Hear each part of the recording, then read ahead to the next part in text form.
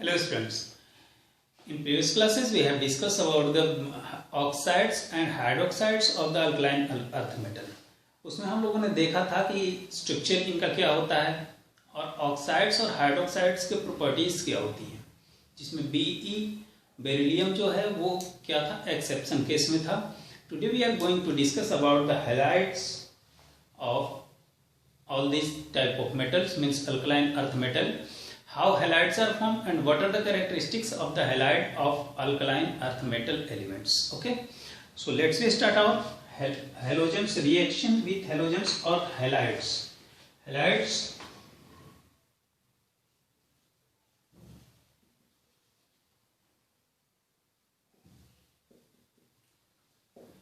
So alkaline earth metal reacts with the halogens like fluorine, chlorine, bromine and iodine, or such type of halides are there. Halogens are there. Halides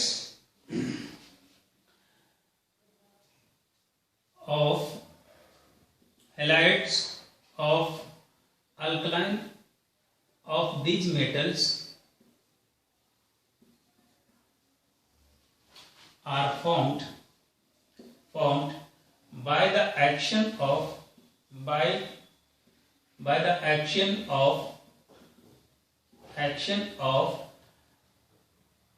alkaline earth metals with halogens. और ये किस type के halides बनाते हैं? M+Cl2 नहीं लिखते हैं, X2 form MX2, where M is beryllium, magnesium, calcium, strontium and barium, whereas X denotes fluorine, chlorine, bromine and iodine. Okay, this is Cl. All such ये बनाते हैं MX2 टाइप के हैलाइड्स, मैग्नीशियम क्लोराइड या फिर आप कह सकते हो magnesium fluoride and such as all. In this case ऐसा होता क्यों है, तो इसके पीछे कुछ रीजन है. What are the reason behind it? Due to small size and high polarizing power.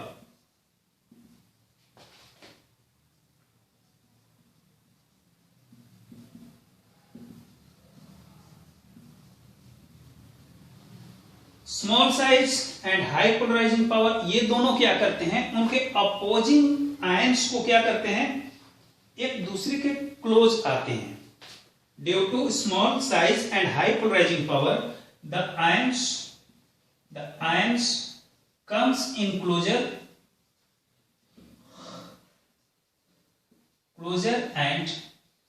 and neutralize them. क्या करते हैं? न्यूट्रलाइज करते हैं.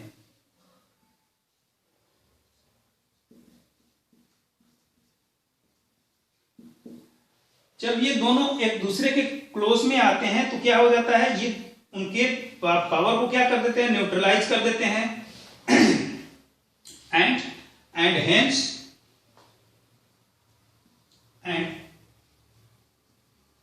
hence acquire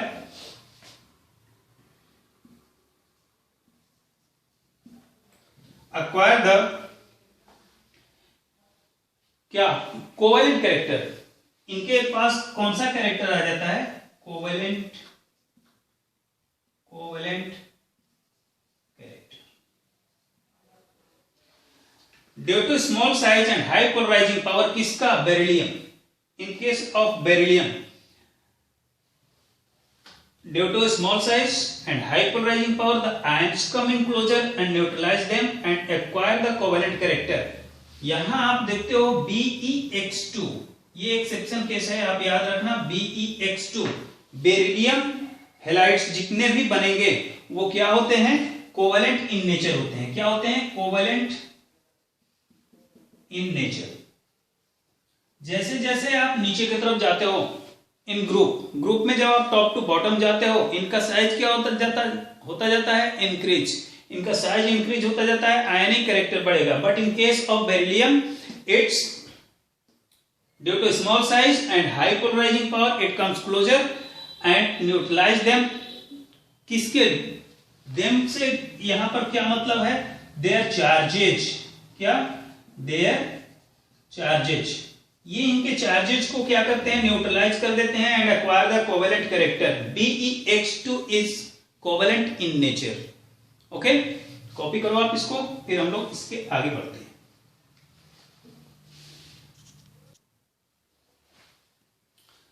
देखो, we have looked here BeX2 is covalent in nature। covalent in nature अभी आप लोगों ने देखा क्यों होते हैं? साइज छोटा और हाई पोलराइजिंग पावर, उसकी वजह से BeX2 क्या होता है? Covalent in nature. यहां आप लिखोगे while other halides of this alkaline earth metal, alkaline earth metal are ionic in nature, ionic in nature। If we talk about the solubility of all this, अगर मैं इनके solubility की बात करूं तो solubility क्या होती जाती है? टॉप टू बॉटम जाने पर डिक्रीज होती जाती है। ठीक है, तो इसे भी आप लिख सकते हो the solubility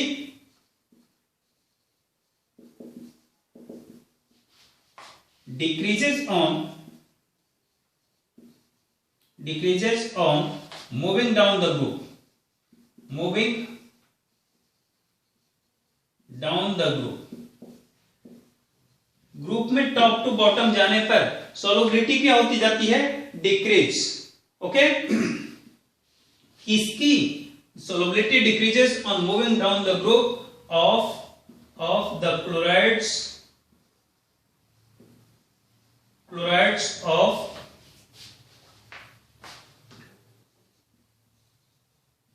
alkaline earth metal।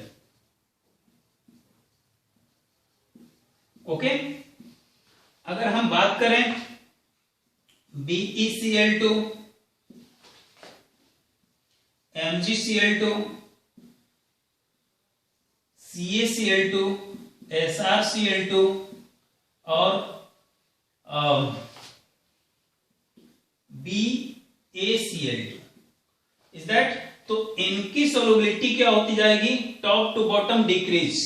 Means beryllium chloride की सोलबिलिटी क्या होगी? ज्यादा। फिर magnesium, this one.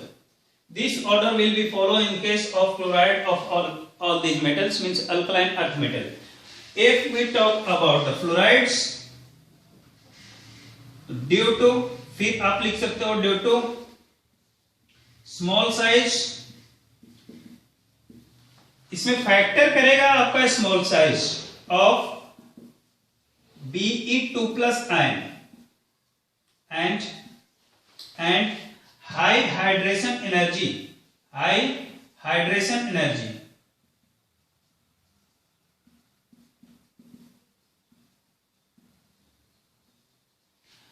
Small size and high hydration energy की वजह से BeF2 क्या होता है? Beryllium fluoride is dissolve in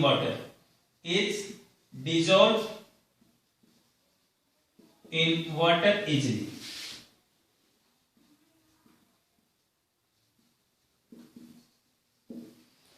Okay, all these points you all have to be remembered. Copy it now।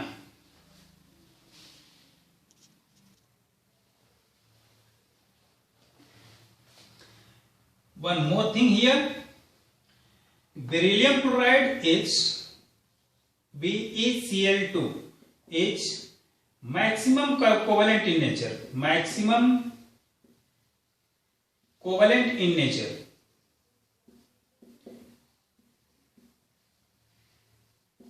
जो BeCl2 होता है वो नेचर में कैसा होता है? मैक्सिमम कोवेलेंट होता है, और इसी वजह से ये मैक्सिमम सोलुबल भी होगा। and hence it is maximum soluble in organic solvent. If we talk about the coloration of all these alkaline earth metals, means halides की बात करें अगर इनके कलर की, तो इनका कलर अलग अलग होता है, जिसमें बेरिलियम क्लोराइड और मैग्नीशियम क्लोराइड ये दोनों क्या करते हैं, कलर फॉर्म नहीं करते हैं. Means coloration of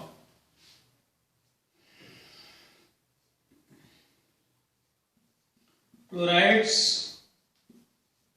of alkaline earth metal.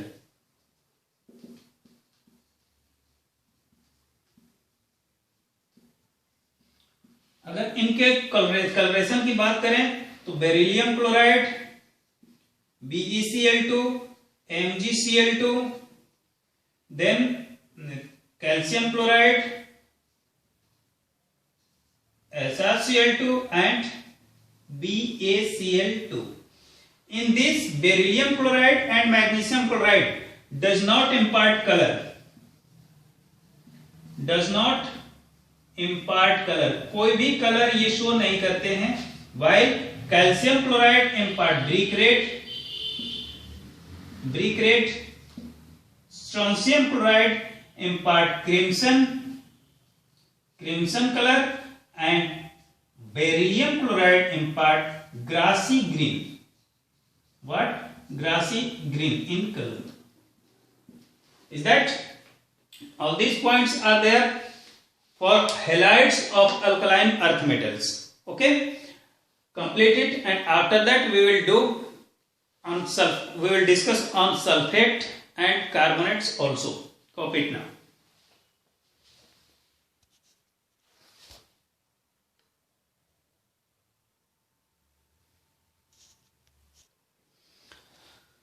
Now the sulfate of alkaline earth metals. तो sulphate of alkaline earth metals, जितने भी सल्फेट होते हैं वो क्या होते हैं, नेचर में स्टेबल होते हैं. इनके जो सल्फेट्स होंगे means sulfates of alkaline earth metal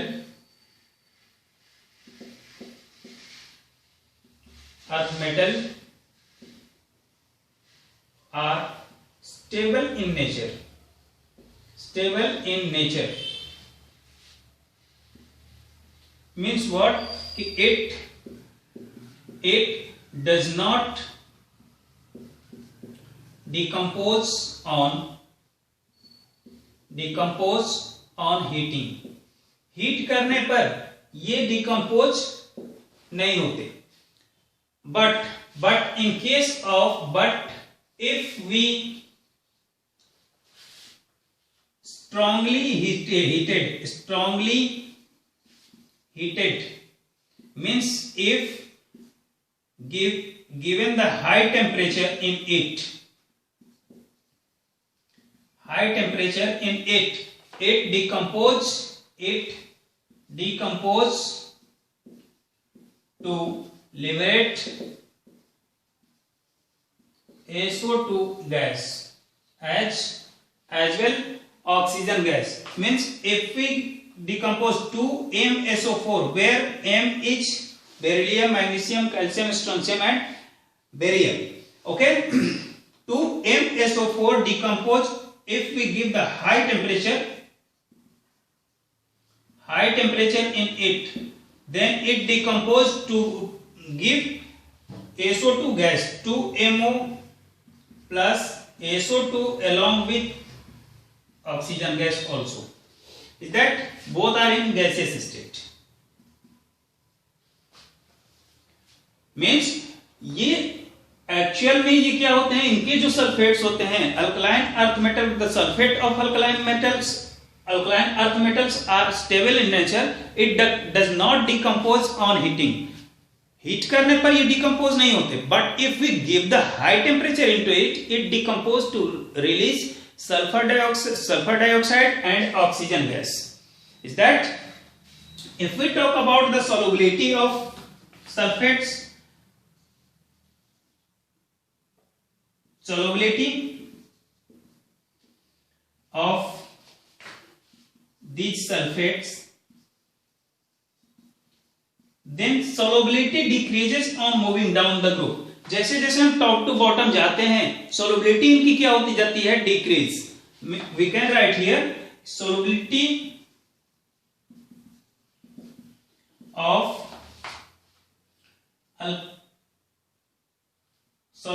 of sulfate of alkaline earth metal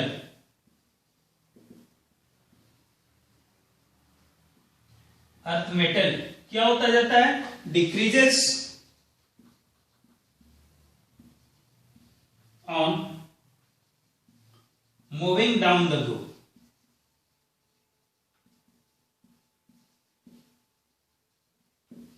means अब टॉप टू बॉटम जाते हैं तो इनके सल्फेट की जो सॉल्युबिलिटी होती है वो क्या होती जाती है, डिक्रीज.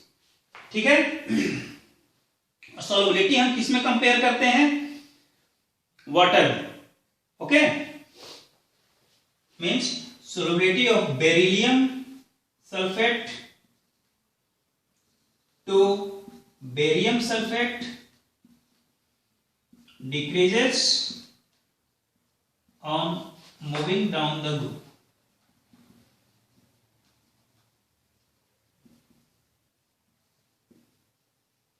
और ऐसा क्यों होता है ये तो आप जानते हो. बेरिलियम टॉप टू बॉटम जाने पर साइज क्या होता जाता है, इंक्रीज. साइज इंक्रीज होगा, पोलराइजिंग पावर कम, फिर सॉल्युबिलिटी इनकी डिक्रीज. क्लियर है ना. इसे आप कॉपी करो. फिर हम लोग बात करते हैं कार्बोनेट्स की.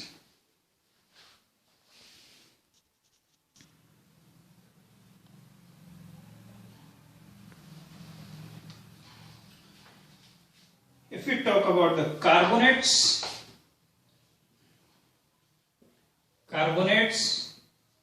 of alkaline earth metal,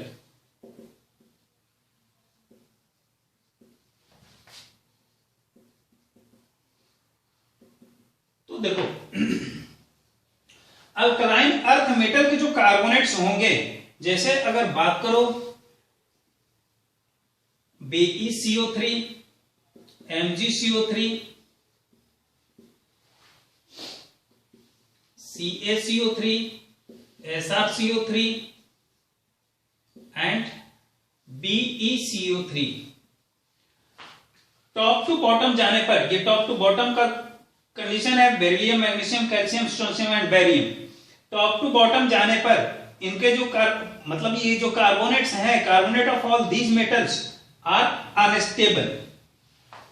means on moving down the group, moving down the group क्या होता जाता है, इनके जो कार्बोनेट्स हैं on moving down the group, carbonates of alkaline earth metal metals are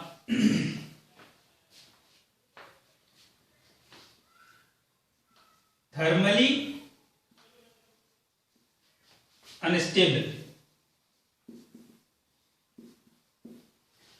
जो कार्बोनेट्स होते हैं, इनके अल्कलाइन अर्थ मेटल के जो कार्बोनेट्स होते हैं वो थर्मली अनस्टेबल होते हैं टॉप टू बॉटम जाने पर. मीन्स अगर इन्हें डिकम्पोज किया जाए, if we decompose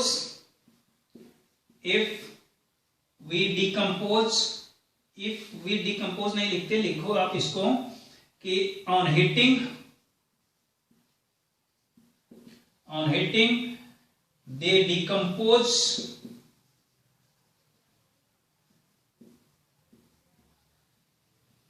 into their respective oxides. अब MCO3 ऑन हीटिंग, अगर आप इसे हीट करते हो, M denotes beryllium, magnesium, calcium, strontium and barium. MCO3 को अगर आप हीट करते हो तो ये क्या रिलीज करेगा? MO plus CO2 gas. Is that means we can also write as thermal stability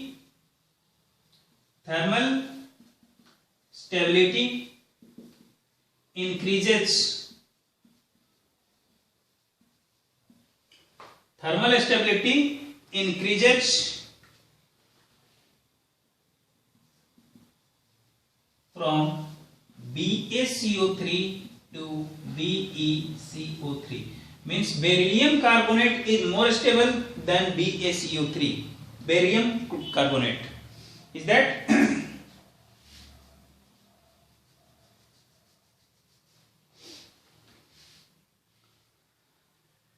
after that we can also write as,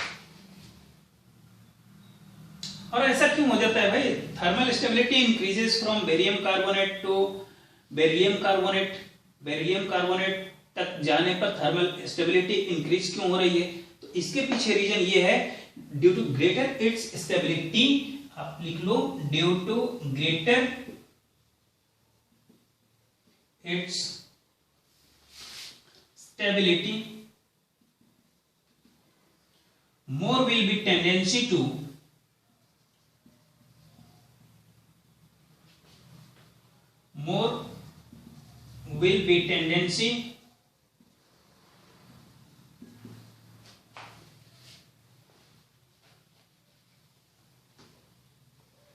to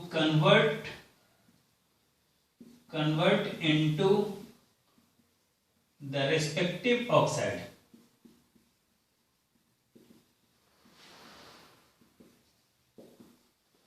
ठीक है, जैसे जैसे आप टॉप टू बॉटम जाते हो इनकी स्टेबिलिटी, थर्मल स्टेबिलिटी क्या होती जाती है? इंक्रीज। थर्मल स्टेबिलिटी ज्यादा होगी कब? जब थर्मल स्टेबिलिटी ज्यादा होगी तो इनकी जो टेंडेंसी होगी वो क्या होगी? ज्यादा। किसमें? रेस्पेक्टिव ऑक्साइड्स बनाने की जो टेंडेंसी होगी वो बढ़ती जाएगी। कॉपी करो। If we talk about the solubility in water,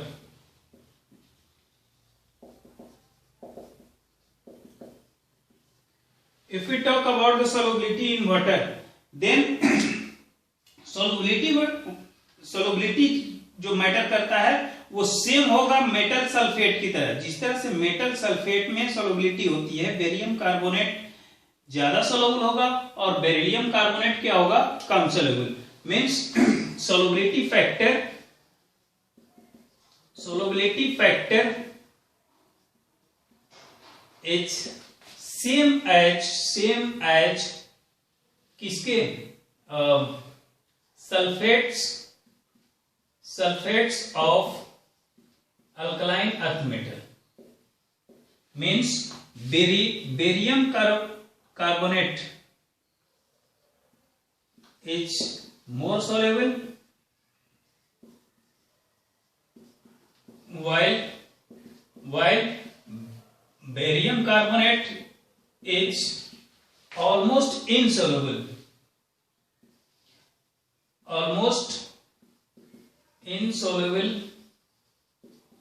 in water। ठीक है, जैसे जैसे आप टॉप टू बॉटम जाते हो इनकी सोलुबिलिटी क्या होती जाती है? डिक्रीज। सोलुबिलिटी डिक्रीज होने की वजह से बेरियम कार्बोनेट क्या होगा? मोर सोलुबल होगा, जबकि बेरियम कार्बोनेट क्या होगा? लगभग वाटर में इनसोलुबल होगा। ठीक है,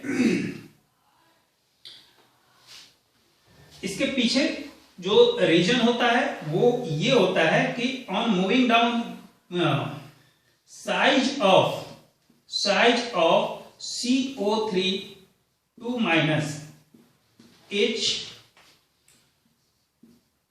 सो बिग। CO3 2 माइनस का जो साइज होता है वो सबसे ज्यादा हो जाता है and hence charge H and hence charge on cation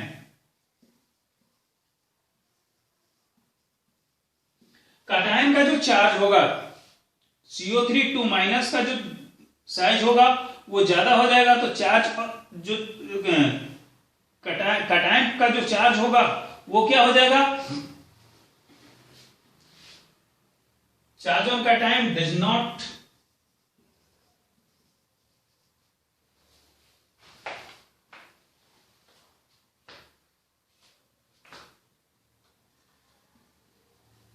change the lattice energy.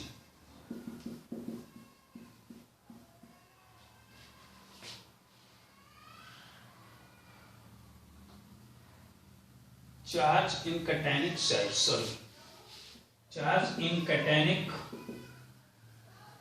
size does not change the lattice energy. Change the lattice energy and hydration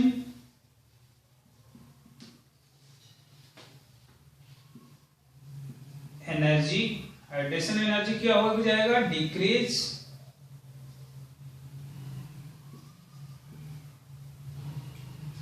of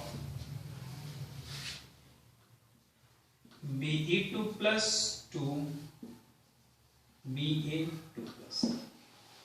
CO3 का साइज ज्यादा, charge in cationic side does not change the lattice energy, lattice energy को वो change नहीं कर पाएगा, कौन सा cationic size, and hydration energy क्या हो जाएगी, डिक्रीज, किससे, बेरिलियम टू बेरियम जाने पर हाइड्रेशन एनर्जी क्या हो जाएगी, डिक्रीज, और इसी वजह से क्या हो जाएगा, BaCO3 जो ऑर्डर बनेगा इसका सोलबिलिटी का वो बनेगा BeCO3 is more soluble than MgCO3 then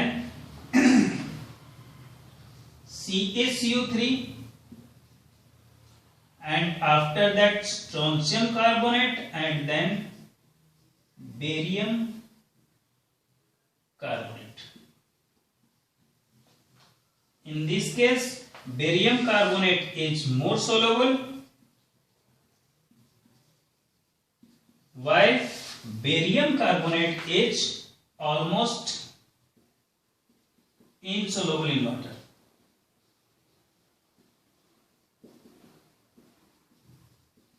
तो देखो ये पूरी राम कहानी तो याद नहीं रखनी है, आपको मोस्टली याद क्या रखना है, ये ऑर्डर आप याद रखोगे, टॉप टू बॉटम जाने पर इनकी सोलबिलिटी क्या होती जाती है, डिक्रीज, और थर्मल स्टेबिलिटी के बारे में जो बात किए हैं, थर्मल स्टेबिलिटी क्या होती जाती है, इंक्रीज। तो इन दोनों पॉइंट्स को आप लोग याद रखोगे, इनके ऑर्डर को आप याद रखोगे, ठीक है। आप ये याद रखोगे, इसके पहले हम लोग कल वाले वीडियो में, पिछले वीडियो में हम लोगों ने डिस्कस किया था कि थर्मल स्टेबिलिटी किस पर डिपेंड करती है, सोलबिलिटी किस पर डिपेंड करती है, और बेसिक कैरेक्टर किस पर डिपेंड करता है। ये 2-3-4 पॉइंट्स होते हैं जिनको आपको रिमेंबर रखना है, और वैसे इनऑर्गेनिक में ज्यादातर पॉइंट्स आपको याद ही करने होंगे, ठीक है, क्योंकि लॉजिकली इनकी कुछ चीजों पर तो लॉजिक दिया जा सकता है, लेकिन कुछ बातें जो होती हैं उनकी वो एक्सपेरिमेंटली प्रूव्ड होती हैं, ठीक है। तो उन बातों को आपको याद ही रखना होगा, एज इट इज आप याद करते जाओ, चलते रहो, slow and study, win the race, try to move. Thank you.